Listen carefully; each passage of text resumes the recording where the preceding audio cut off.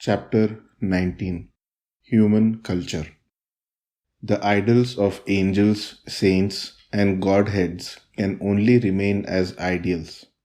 We worship them still because they stood for certain qualities in their lives.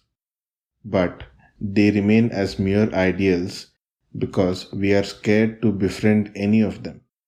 One moment they are dear to our heart, the very next moment we fear them. Most of the people today suffer from the fear of guilt or sin. Unless we befriend these idols, we will be marooned in the island of our own individuality. Many say that they can afford to remain isolated as they do not need anybody's support or they do not need to support anybody. But even those who believe in living alone feel the need of a companion when they approach old age. Unless they experience human love, how can they know divine love? Anything which is not cultivated becomes unwieldy or barbaric. A culture is needed to set it right. There is culture in everything, be it grains, agriculture, plants, horticulture, or flowers, floriculture. However, man's desires have become so unwieldy that there is a need for culture. We need to introduce culture so that man can stand tall, so that he can be humanly divine. Culture has been misunderstood for correct behavior or manners. People are taught table manners, how to be a good company, how to be a good host, how to behave in office, how to behave in public places, parties, etc. This does not represent cultural development. They are just the masks worn by the people. If only virtues and values were inculcated in children at young age through stories of saints and God instead of just proper behavior. Culture is practice of virtues and values which were represented by saints and God. Only those who practice these can be called cultured. The rest remain barbaric and have only pretensions of being cultured. So, God sends messengers in the form of man to correct people, to teach them values and culture.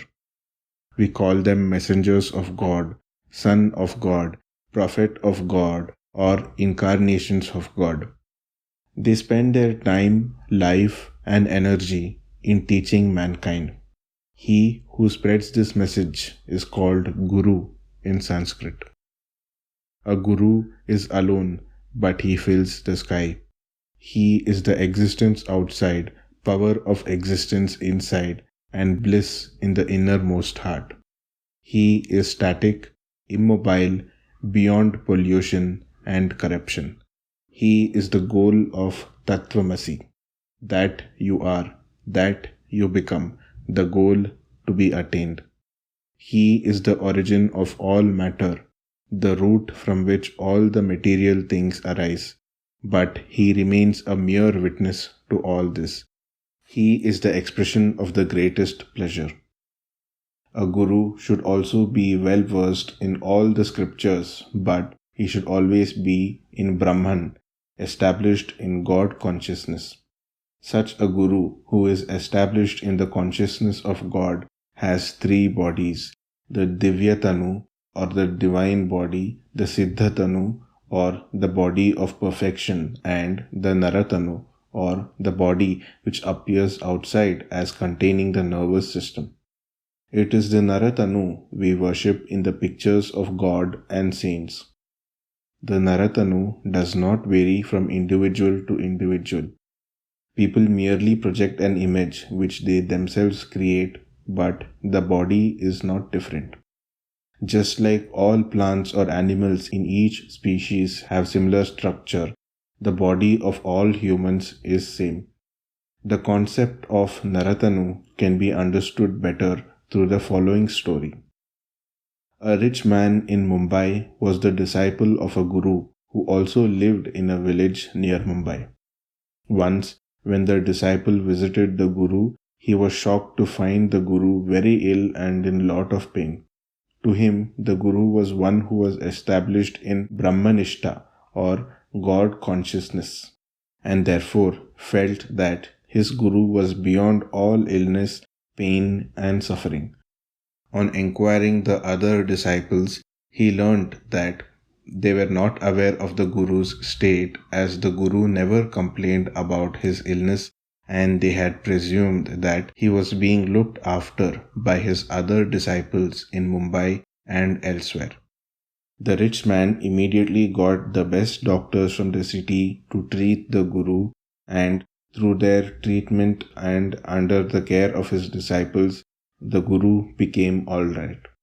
This shows that even people who have transcended the body and who do not express heat, cold, or pain cannot escape experiencing it, though it is only the body which goes through all these.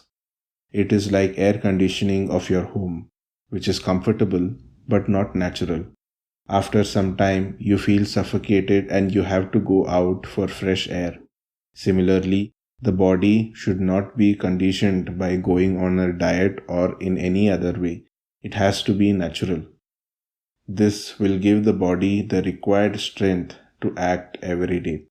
The body of such a guru has to be worshipped as it represents the highest consciousness. He verily is the moving God on earth, so say the scriptures. Next comes the Siddhatanu. Siddhata means perfection. Such gurus emote perfectly. They have nothing hidden. They reflect like a mirror.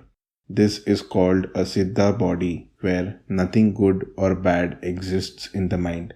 They reflect the circumstances and the people who come to them. Such people who are like a mirror are very rare.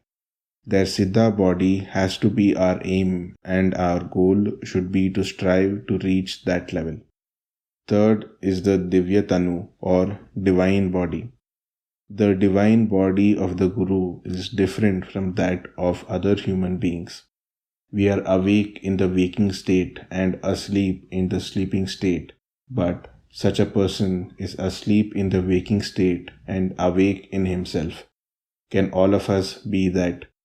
The only way is to sleep to things and not to take anything to the heart, but to be awake within us. There is no other method unless we become this.